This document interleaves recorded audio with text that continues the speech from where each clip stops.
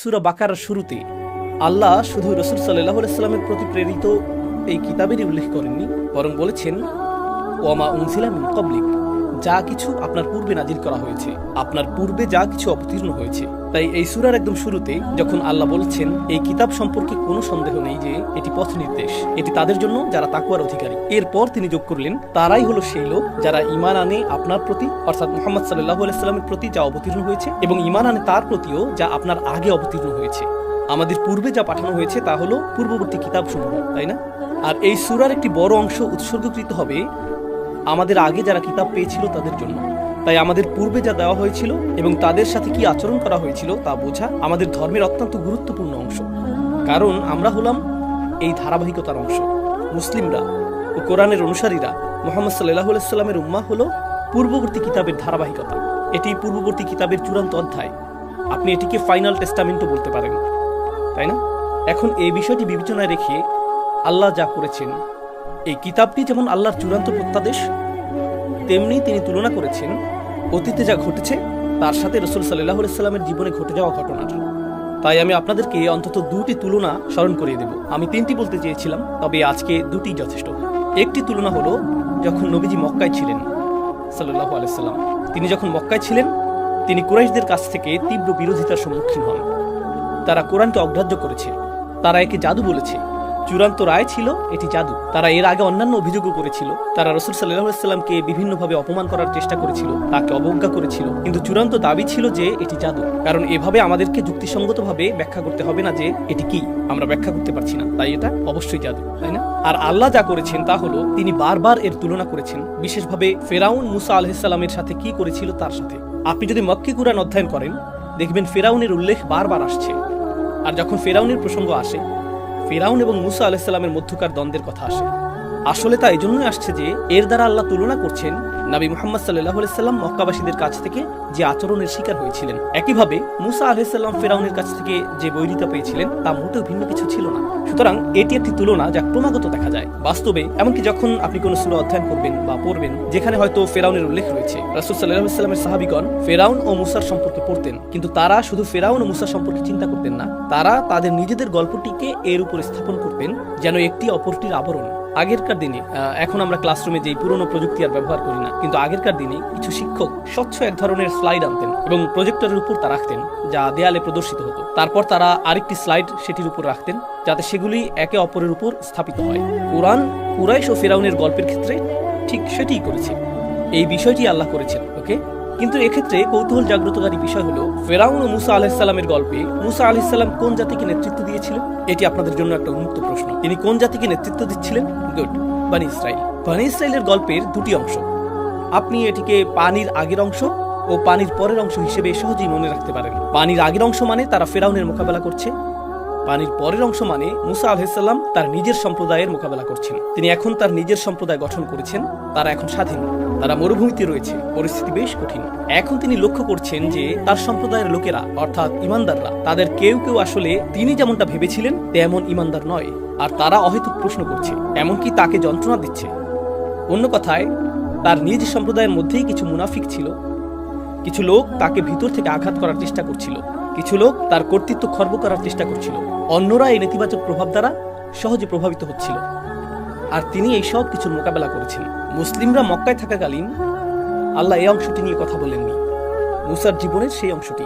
কিন্তু আল্লাহ এটা নিয়ে কথা বলা শুরু করেন যখন মুসলিমগণ মদিনায় হিজরত করেন, কারণ রাসূল সাল্লাল্লাহু আলাইহি সাল্লামের সিরাতে তার মিশনের একটি অংশ ছিল মরুভূমি পার হওয়ার আগে আর অন্যটি মরুভূমি পার হওয়ার পরে। ঠিক যেমনটা মুসা আলাইহিস সালামের জীবনেও ছিল, সমুদ্র অতিক্রমের আগে এবং সমুদ্র অতিক্রমের পরে। সমুদ্র অতিক্রমের আগে মুসা আলাইহিস সালাম ফেরাউনের মোকাবেলা করেছেন, আর সমুদ্র অতিক্রমের পরে মুসা আলাইহিস সালাম মূলত আভ্যন্তরীণ সমস্যার মোকাবেলা করেছিলেন, যা ছিল মুনাফিকদের সমস্যা, তার নিজ সম্প্রদায় বনি ইসরাইলের সমস্যা।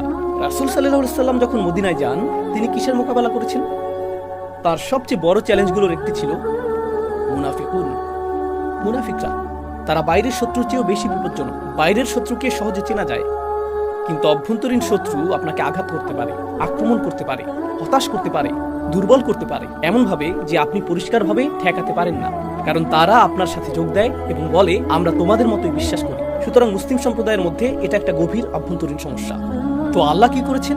আল্লাহ মুনাফিকের বিষয়ে অনেক বেশি আলোচনা করেছেন মাদানী কোরআনে, তাই না? আর মাদানী কোরআনে বনী ইসরাইল ও তাদের সাথে মুসা আলাইহিস সালামের আচরণ কেমন ছিল তা নিয়ে অনেক বেশি আলোচনা করা হয়েছে, যেমন সূরা বাকারা, তাই না? তো আমি আপনাদেরকে যা বোঝাতে চাইছি, ঈমানদারদেরকে মুসা আলাইহিস সালামের সত্যিকার অনুসারীদের সাথে তুলনা করা হচ্ছে। ও প্রিন্টিং, ওকে, আলোচনা শেষ হওয়ার আগে আমি এটা খাবো না, ঠিক আছে? তো মুসার সত্যিকার অনুসারীদেরকে সাহাবীদের সাথে তুলনা করা হচ্ছে। এক অর্থে কুরাইশদেরকেও ফিরআউনের সাথে তুলনা করা হচ্ছে। মুসলিম সম্প্রদায়ের ভিতরে মুনাফিকদেরকে বনী ইসরাইলের যারা মুসা আলাইহিস সালামকে কষ্ট দিয়েছিল তাদের সাথে তুলনা করা হচ্ছে। অন্য কথায় সেই সময়ের মুসলিমদেরকে বলা হচ্ছে এগুলো কোনোটাই নতুন না, এইসব আগেও ঘটেছে। তোমরা এমন কিছু করছো না যা আগে কখনো ঘটেনি, এই সবই এর আগে ইতিহাসে ঘটেছে, তাই না? এখন আপনি লক্ষ্য করবেন, বাকারার শুরুতে আল্লাহ মুমিনদের কথা বলেছেন, তারপর তিনি কাফিরদের কথা বলেছেন, আর সব শেষে তিনি মুনাফিকদের কথা বলেছেন। তিনটি দলের কথাই তিনি বলেছেন, তাই না? এরপর সূরার পরবর্তী অংশে আল্লাহ আদম আলাইহিস সালামের কথা উল্লেখ করবেন এবং আদম আলাইহিস সালামের পর তিনি বনী ইসরাইল সম্পর্কে বিস্তারিত আলোচনা করবেন। বনী ইসরাইল সম্পর্কে বিশদ বর্ণনা দেওয়া হবে। তবে কৌতূহল জাগ্রতকারী বিষয় হলো, আল্লাহ যখন বনী ইসরাইলের কথা বলেছেন তিনি শুধুমাত্র বনী ইসরাইলের কথাই বলেননি, কারণ মদিনার ভেতরে কারা বনী ইসরাইলের মতো আচরণ করেছে? শুধু ইহুদিরাই না, বরং মুনাফিকরাও। তাদেরকে একীভূত করা হয়েছে, এই দলগুলো একীভূত হতে শুরু করেছে। তারপর পরিস্থিতি আরো জটিল হতে শুরু করলো। ঠিক জটিল না, বরং ভীতিকর। ভীতিকর বলতে আমি কি বোঝাচ্ছি? যে তিনটি দল সংকটে রয়েছে না, আসলে দুটি দল, দুটি পৃথক দল। একটি হলো কাফের আর একটি হলো মুনাফিক, পৃথক দুটি দল। কিন্তু কোরআন এগিয়ে যাওয়ার সাথে সাথে আল্লাহ তাদেরকে একটি দল হিসেবেই উল্লেখ করতে শুরু করেন। তিনি তাদেরকে একসাথে উল্লেখ করেছেন, তিনি তাদেরকে একসাথে উল্লেখ করেছেন। তো উপমাটি উল্লেখ করার পূর্বে পটভূমি হিসেবে এই কয়েকটি বিষয়ে আল্লাহ উল্লেখ করেছেন। এখন আমি আপনাদের সাথে কিছু বিষয় শেয়ার করতে চাই। আমি দ্রুত পড়ে যাব, তারপর সংক্ষেপে কিছু বিষয় ব্যাখ্যা করব এবং এরপর সরাসরি উপমাটিতে চলে যাব। আল্লাহ কাফিরদের সম্পর্কে বলছেন, এটি 6ষ্ঠ আয়াত থেকে শুরু, যারা কুফরি করেছে এতে কিছু আসে যায় না, তাদের জন্য এতে পার্থক্য নেই, আপনি তাদেরকে সতর্ক করেন আর না করেন, তারা ঈমান আনবে না। আল্লাহ কেন বলছেন যে রাসূল সাল্লাল্লাহু আলাইহি সাল্লামের দাওয়ার ফলে কোনো পরিবর্তন আসবে না আর তারা ঈমানও আনবে না? কারণ রাসূল সাল্লাল্লাহু আলাইহি সাল্লাম ইতিমধ্যেই মক্কার 13 বছর সম্ভাব্য সকল পন্থায় দাওয়া দিয়ে গেছেন। ইসলাম গ্রহণের সকল সুযোগ তাদেরকে দেওয়া হয়েছে। তারা জানে ইসলাম সত্য, তবুও তা প্রত্যাখ্যান করেছে। আল্লাহ সম্পূর্ণ মক্কি কোরআনে বারবার এটি প্রমাণ করেছেন। একটা সময়ে এমনকি তারা কোরআন শুনতেও রাজি ছিল না এবং রাসূল সাল্লাল্লাহু আলাইহি সাল্লামকে হত্যার চেষ্টা করেছিল। সুতরাং এই মুহূর্তে তারা নিজেরাই নিজেদের ভাগ্য সিলমোহর করে ফেলেছে। আল্লাহ বলেননি যে তিনি তাদের মুসলিম হওয়ার সক্ষমতা কেড়ে নিয়েছেন, বরং তারা নিজেরাই আজীবন কাফের থাকার সিদ্ধান্ত নিয়েছে। এখন আল্লাহ সেই বিষয়ে মন্তব্য করছেন, খাতামাল্লাহু আলা কুলুবিহিম ওয়া আলা সামঈহিম ওয়া আলা আবসারিহিম গিশাওয়া। সেই কাফেরদের সম্পর্কে বলা হচ্ছে, আল্লাহ তাদের হৃদয় ও কানে মোহর মেরে দিয়েছেন, আর তাদের চোখে রয়েছে পর্দা, তাদের দৃষ্টিতে রয়েছে আবরণ। তো তাদের হৃদয় আবৃত, তাদের কান আবৃত এবং তাদের দৃষ্টি আবৃত, তারা সম্পূর্ণরূপে আবৃত এবং সিলমোহরযুক্ত। ওয়ালাহুম আযাবুন আযীম, আর তাদের জন্য রয়েছে মহাশাস্তি। এটি কাফের, অবিশ্বাসী এবং রাসূল সাল্লাল্লাহু আলাইহি সাল্লামের শত্রুদের সম্পর্কে ব্যাখ্যা। এখন দ্বিতীয় প্রকারের লোকদের কথা আসছে, ওয়ামিনান নাসি মান ইয়াকুলু আমান্না বিল্লাহি ওয়া বিল ইয়াউমিল আখির ওয়া মা হুম বিমুমিনিন। এটা দ্বিতীয় প্রকারের অবিশ্বাসীদের বর্ণনা। আল্লাহ বলেছেন, মানুষদের মধ্যে একটি শ্রেণী রয়েছে যারা বলে আমরা আল্লাহ ও আখিরাতে বিশ্বাস করি, কিন্তু তারা মোটেই ঈমানদার নয়। তারা মুখে বলে, কিন্তু তারা মোটেই ঈমানদার নয়। প্রথম শ্রেণী ছিল আল্লাযীনা কাফারু, যারা অবিশ্বাস করে। দ্বিতীয় শ্রেণীকে বলা হচ্ছে তারা মোটেই বিশ্বাস করে না। শুনতে প্রথম শ্রেণীর মতোই মনে হচ্ছে, কারণ কারো সম্পর্কে আপনি যখন বলেন তারা বিশ্বাস করে না, শুনে মনে হয় যে তারা অবিশ্বাস করে। কিন্তু আল্লাহ হুবহু একই ভাষা ব্যবহার করেননি। তিনি বলেছেন, না, তারা বিশ্বাসের দাবি করে, কিন্তু আসলে তারা মোটেই বিশ্বাস করে না। ইউখাদিউনা আল্লাহা ওয়াল্লাযীনা আমানু ওয়া মা ইয়াখদাউনা ইল্লা আনফুসাহুম ওয়া মা ইয়াশউরুন। তারা আল্লাহকে প্রতারিত করতে চায়, তারা আল্লাহ এবং ঈমানদারদেরকে ধোঁকা দিতে চায়, আর তারা আসলে নিজেদেরকে ছাড়া অন্য কাউকে প্রতারিত করছে না। ওয়া মা ইয়াশউরুন, অথচ তারা এটা বুঝতেও পারে না। ফি কুলুবিহিম মারাদুন ফাযাদাহুমুল্লাহু মারাদা। তাদের হৃদয়ে একটি রোগ রয়েছে, তাদের হৃদয়ে একটি ব্যাধি রয়েছে। ফাযাদাহুমুল্লাহু মারাদা, আর আল্লাহ সেই রোগ আরো বাড়িয়ে দিয়েছেন। এখন আমি আপনাদের উদ্দেশ্যে কিছু প্রশ্ন করছি। প্রথমত, তারা আল্লাহ এবং ঈমানদারদের বোকা বানানোর চেষ্টা করছে, কিন্তু তারা শুধু নিজেদেরকেই বোকা বানাচ্ছে, কিন্তু তারা কেবল নিজেদেরকেই প্রতারিত করছে। প্রশ্ন হলো, তারা কিভাবে তাদেরকে প্রতারিত করছে? আল্লাহ তা বলেননি। তিনি শুধু বলেছেন তারা তাদের প্রতারিত করার চেষ্টা করছে, কিন্তু কিভাবে, এই প্রশ্নের উত্তর দেননি, তাই না? দ্বিতীয়ত, তিনি বলেছেন তাদের অন্তরে একটি রোগ রয়েছে এবং আল্লাহ সেই রোগকে আরো বাড়িয়ে দিয়েছেন। রোগটি কি এবং কিভাবে তা বাড়িয়েছেন তিনি তা বলেননি। তিনি শুধু বলেছেন এটাই তাদের অবস্থা এবং তারা তা বুঝতেও পারছে না। তৃতীয়ত তিনি বলেছেন, إذا قيل لهم لا تفسدوا في الأرض قالوا إنما نحن مصلحون যখন তাদেরকে বলা হয় পৃথিবীতে বিশৃঙ্খলা সৃষ্টি করো না, পৃথিবীতে সমস্যা তৈরি করো না, তারা বলে আমরা তো শুধু শান্তি স্থাপনকারী, আমরা তো শান্তির পক্ষে কাজ করছি। লক্ষ্য করুন, মুনাফিকদের একটি অদ্ভুত নীতি ছিল। তারা বলতো, আমি তো ভেবেছিলাম ইসলাম শান্তির ধর্ম, তাই মক্কাবাসীদের সাথে শান্তিপূর্ণ সমাধানের উদ্দেশ্যে আমাদের আলোচনা করা উচিত। হ্যাঁ, আমি জানি তারা কিছু কাজ করেছে, কিন্তু তা এতটা খারাপ নয়। তারা তো আমাদেরই ভাই, তাহলে আমরা আবার যুদ্ধে যাচ্ছি কেন? যুদ্ধের কি দরকার? যুদ্ধ তো খারাপ জিনিস। আল্লাহ কি যুদ্ধ অপছন্দ করেন না? আর গোপনে তারা কুরাইশদের সাথে চুক্তি করত ও মুসলিমদের ক্ষতি করতে চাইতো। যখন তাদেরকে জিজ্ঞেস করা হয় তোমরা কি করছো, মদিনার সরকারকে বিপদগ্রস্ত করছো কেন, রাসূল সাল্লাল্লাহু আলাইহি ওয়াসাল্লামকে পেছন থেকে ক্ষতি করতে চাইছো কেন? না, আমরা শুধু শান্তি চাই, আমরা জনগণের মঙ্গলের জন্য এটা করছি, আমরা বৃহত্তর কল্যাণের জন্য এমনটা করছি। তারা ভীরুতা থেকে এমনটা করছে, কিন্তু এটাকে জনসেবা হিসেবে উপস্থাপন করছে। إنما نحن مصلحون ألا إنهم هم المفسدون জেনে রাখো, তারাই সমস্ত বিশৃঙ্খলা সৃষ্টি করছে। ওয়ালাকিন লা ইয়াশউরুন, কিন্তু তারা তা বুঝতে পারে না। وإذا قيل لهم آمنوا كما آمن الناس যখন তাদেরকে বলা হয় ঈমান আনো, যেভাবে মানুষ ঈমান এনেছে, অর্থাৎ মুনাফিকদের যখন জিজ্ঞেস করা হয় তোমাদের ইসলাম বা ঈমান কেন সেসব লোকদের মতো নয় যারা আন্তরিকভাবে বিশ্বাস করে, নবীজির অনুসরণ করে, তাকে সন্দেহ করে না, এটাই হলো ঈমানের প্রকৃত রূপ। তোমরা ঈমানের দাবি করো কিন্তু তাদের মতো আচরণ করো না কেন? তোমরা তোমাদের সামনে উপস্থিত এই আদর্শ মানুষগুলোর মতো হতে পারছো না? তারা ঈমানে তোমাদের চেয়ে এগিয়ে, তাদের মতো হও। তারা বলে আনুমিনু কামা আমানা সুফাহা। তারা জবাব দেয়, আমাদের কি এই ইডিয়টগুলোর মতো ঈমান আনতে বলছো? সুফাহা বা মূর্খরা যেভাবে বিশ্বাস করে, তাদের কথা হলো তুমি কি চাও আমি তাদের মতো ঈমান আনি? মক্কায় তার ভালো ব্যবসা ছিল, তার ভালো একটি ঘর ছিল, একটি সুন্দর পরিবার ছিল, তার বাণিজ্য ছিল। সে এই সব কিছু রেখে মদিনায় চলে এসেছে। এখন সে গৃহহীন, একজন মুহাজিরদের সাথে থাকছে, তার নিজেদের খাবারই জোটে না, তার উপর তার গোটা পরিবার এখন ঘর ছাড়া। সে তো আসলে একজন জিনিয়াস। তুমি কি চাও আমি তাদের মতো হই? এই দৃষ্টান্ত তুমি আমার সামনে দিচ্ছ? আমি জীবন উপভোগ করতে চাই। তারা মক্কা থেকে হিজরতকারী সাহাবীদের দেখে বলতো, এই লোকগুলো বেশ বোকা, এরা এগুলো করে নিজেদের জীবন নষ্ট করেছে, আর এখন আমাদের জীবনও কঠিন করছে। পরবর্তীতে কোরআনে অন্যত্র তারা বলবে, এরা আমাদের জন্য অর্থনৈতিক বোঝা, কেন এদের সাথে আমাদের সম্পর্ক করতে হবে? তো তাদের মানসিকতা ছিল এরকম। তাই যখন তাদেরকে বলা হয় তাদের মতো হও, তারা বলে না ধন্যবাদ, এরা কারো রোল মডেল হতে পারে না, এরা বুদ্ধিমান লোক নয়। ألا إنهم هم السفهاء প্রকৃতপক্ষে তারাই হলো নির্বোধ। ওয়ালাকিন লা ইয়ালামুন, কিন্তু তারা জানেও না। وإذا لقوا الذين آمنوا قالوا آمنا যখন তারা ইমানদারদের সাথে সাক্ষাৎ করে, তো যখন তারা প্রকাশ্যে মুসলিমদের সাথে মিলিত হয়, তারা বলে অবশ্যই আমরাও মুসলিম, আমরাও বিশ্বাস করি। وإذا خلوا إلى شياطينهم কিন্তু যখন তারা তাদের শয়তানদের কাছে ফিরে যায়, অর্থাৎ তাদের গোপন পরামর্শদাতা, শয়তান বলতে বোঝাচ্ছে না যে তারা জিনদের সাথে গোপন বৈঠক করে।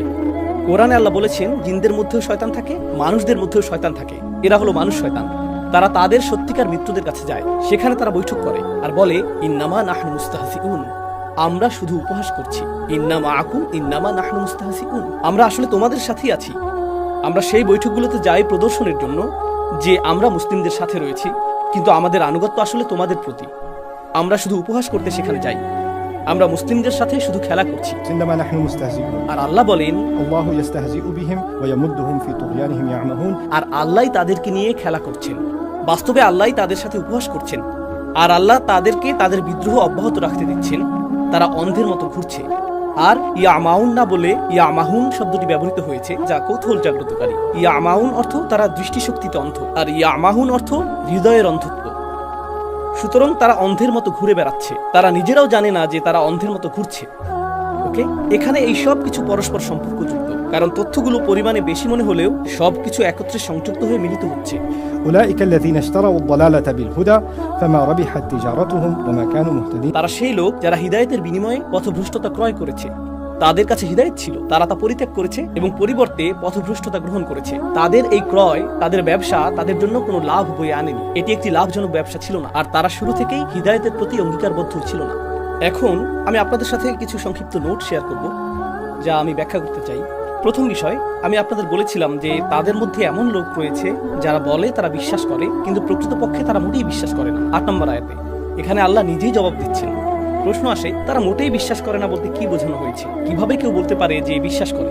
অথচ সে মোটেই বিশ্বাস করে না। কিভাবে আমরা তা জানবো? আল্লাহ নিজেই 14 নম্বর আয়াতে তা ব্যাখ্যা করেছেন। 14 নম্বর আয়াতে তিনি বলেন, যখন তারা মুমিনদের সাথে সাক্ষাৎ করে তখন তারা বলে আমরা বিশ্বাস করি, কিন্তু যখন তারা গোপনে তাদের শয়তান নেতাদের কাছে যায় তখন তাদেরকে কি বলে? আমরা শুধু মজা করছিলাম, অর্থাৎ আমরা মোটেই বিশ্বাস করি না। তারা তা নিজেরাই স্বীকার করে। তো আল্লাহ তা প্রকাশ করে দিয়েছেন এবং পরবর্তীতে ব্যাখ্যা করেছেন। প্রসঙ্গত, তারা শুধু মুখেই ঈমানের কথা বলে, কিন্তু তাদের গোপন বৈঠকগুলো সম্পর্কে তোমরা জানো না, আল্লাহ তা জানেন। তো আল্লাহ পর্দার আড়ালে ঘটে যাওয়া বিষয়গুলো উন্মোচন করেছেন। তারপর স্মরণ করে দেখুন, তারা বলেছিল তারা আল্লাহকে বোকা বানানোর চেষ্টা করে, তারা আল্লাহ ও ঈমানদারদের প্রতারিত করার চেষ্টা করে, কিন্তু তারা নিজেদের ছাড়া অন্য কাউকেই প্রতারিত করছে না। ঠিক একইভাবে তারা যখন ফিরে এসে বলে আমরা শুধু মজা করছিলাম, এটা আমাদের মনের কথা না, জবাবে আল্লাহ বলেন তারা নিজেদের ছাড়া কাউকেই প্রতারিত করছে না। এরপর শেষে আল্লাহ বলছেন, না, তারা কারো প্রতি উপহাস করছে না, বরং আল্লাহই তাদেরকে উপহাস করছেন। তারা নিজেদেরকেই বোকা বানাচ্ছে এবং তারা নিজেরাই এই উপহাসের লক্ষ্যবস্তু। ويمدهم في طغيانهم يعمهون। এখানে সবচেয়ে কৌতূহল জাগ্রতকারী উদাহরণ হলো, আল্লাহ বলেছেন তাদের হৃদয়ে একটি রোগ রয়েছে এবং আল্লাহ তাদের রোগকে আরো বৃদ্ধি করেন, আল্লাহ তাদের রোগকে বাড়িয়ে দেন, তাই না?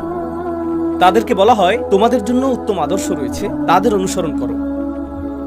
যদি কারো মনে কিছুটা হলেও খারাপ লাগে, আমরাও তাদের মতো হওয়া উচিত। আমি জানি না কেন আমি তাদের মতো নই। তারা এটাও বলতে পারে যে আমার আরো ভালো করা উচিত, আমি সর্বোচ্চ চেষ্টা করব। কিন্তু কেউ যখন তার রোগে এতটাই অগ্রসর হয়ে যায় যে যখন অনুকরণীয় আদর্শ হওয়ার যোগ্য কোনো মানুষকে দেখে, তখন সেই মানুষের কাছ থেকে অনুপ্রাণিত হয়ে আরো উত্তম হওয়ার পরিবর্তে তার নীতি হয় আক্রমণই সর্বোত্তম প্রতিরক্ষা। নিজের দুর্বলতা স্বীকার করার পরিবর্তে সে এই রোগে এতটাই আক্রান্ত যে সে আদর্শ মানুষটির উদ্দেশ্যে বলে, এই বোকাকে, একে অনুসরণ করব, মাফ করো, ধন্যবাদ, তোমার হেদায়েত তোমার কাছেই রাখো। পথভ্রষ্টতায় তারা এত দূর এগিয়ে গেছে, এখন এটি বেশ খারাপ। বর্ণিত এই অবস্থা বেশ খারাপ। উপমার প্রসঙ্গে যাওয়ার আগে আমি চাই আপনারা দুটি গুরুত্বপূর্ণ বিষয় উপলব্ধি করুন। প্রথম বিষয়টি হলো, তারা মনে করে তারা সত্যিই চতুর। আপনি যদি এই আয়াতগুলো লক্ষ্য করেন, তারা মনে করে যে তারা একটি দ্বৈত খেলা খেলছে। তারা মুসলিমদের সম্পর্কে এমন ধারণা দিচ্ছে যে মুসলিমরা এতটাই বোকা, মুসলিমরা ধরতে পারবে না। তো তারা এই দ্বৈত খেলা খেলবে এবং অন্য স্থানে আনুগত্য প্রদর্শন করবে, আর কেউ তা বুঝতে পারবে না। তারা খুব চতুর, তারা অতি চালাক ও কূটকৌশলপূর্ণ। নিজেদের সম্পর্কে এটাই তাদের ধারণা। আর আল্লাহ বারবার বলছেন, বাস্তবে প্রকৃত বোকা তারাই আসলে উপহাসের কেন্দ্রবিন্দু। তারা তা দেখতেও পায় না। সুতরাং প্রথম পরিহাসের বিষয় হলো, তারা এক অর্থে অন্ধ, এক অর্থে বোকা, কিন্তু একমাত্র তারা নিজেরাই এটা জানে না, তাদের কোনো ধারণাই নেই। এখান থেকে পাওয়া এটি একটি উল্লেখযোগ্য বিষয়। সম্পূর্ণ এই উপমাটি থেকে পাওয়া দ্বিতীয় উল্লেখযোগ্য বিষয় হলো একটি তুলনা। এই তুলনাটির দিকে আমি এখন আপনাদের মনোযোগ আকর্ষণ করতে চাই। আমি কিন্তু এই বিষয়ে আগামীকাল আপনাদের জিজ্ঞেস করব, কারণ আমাদের এটা আগামীকালও দরকার হবে। ফেরাউনের সাথে কার তুলনা করা হয়েছিল? আমি ভুলে গেছি। কুরাইশদের। একজন মনে রেখেছে, আপনি ভালো মনোযোগী। বনি ইসরাইলের সাথে কার তুলনা করা হয়েছিল? মুনাফিকদের। এখন আপনি যদি মুনাফিকদের জনসংখ্যা দেখেন, তারা মক্কা থেকে হিজরত করেনি। আমরা যাদের মুনাফিক বলে বিবেচনা করি তাদের অধিকাংশ, এবং কারো কারো নামও আমরা জানি, তারা ছিল মদিনার স্থানীয় জনগোষ্ঠী, তারা মদিনার স্থানীয় লোকজন। ওকে, আর মদিনাতে ইহুদিরাও ছিল। তো তাদের মধ্যে শুধু মিলই ছিল না, তারা সবাই একই অঞ্চলের অধিবাসী, তারা একই এলাকার। এখন দুটো দলের কথাই ভাবুন এবং ভাবুন যে তাদের পরস্পরের মধ্যে কি কি মিল ছিল। মদিনার মানুষরা এক হতে চাইছিল, তাদের ছিল একাধিক গোত্র, আওস ও খাজরাজে একাধিক শাখা গোত্র ছিল, এবং তারা একটি কেন্দ্রীয় সরকার গঠনের চেষ্টা করছিল।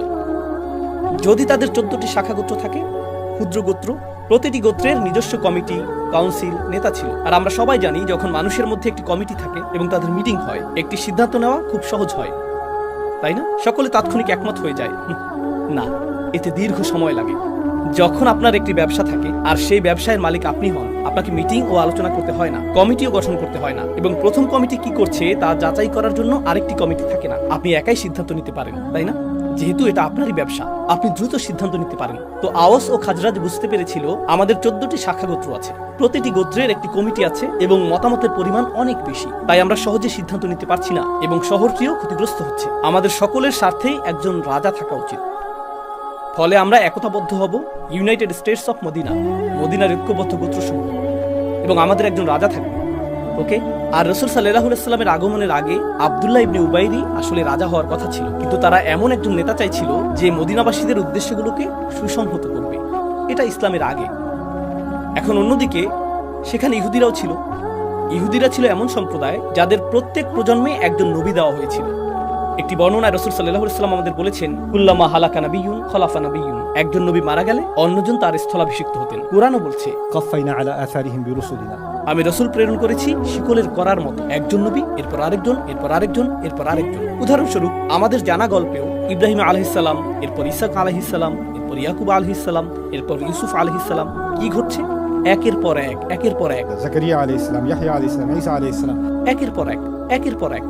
মুসা আলাইহিস সালামের সাথে হারুন আলাইহিস সালাম, একটি ধারাবাহিকতা, নিরবিচ্ছিন্ন একটি পরম্পরা চলছে।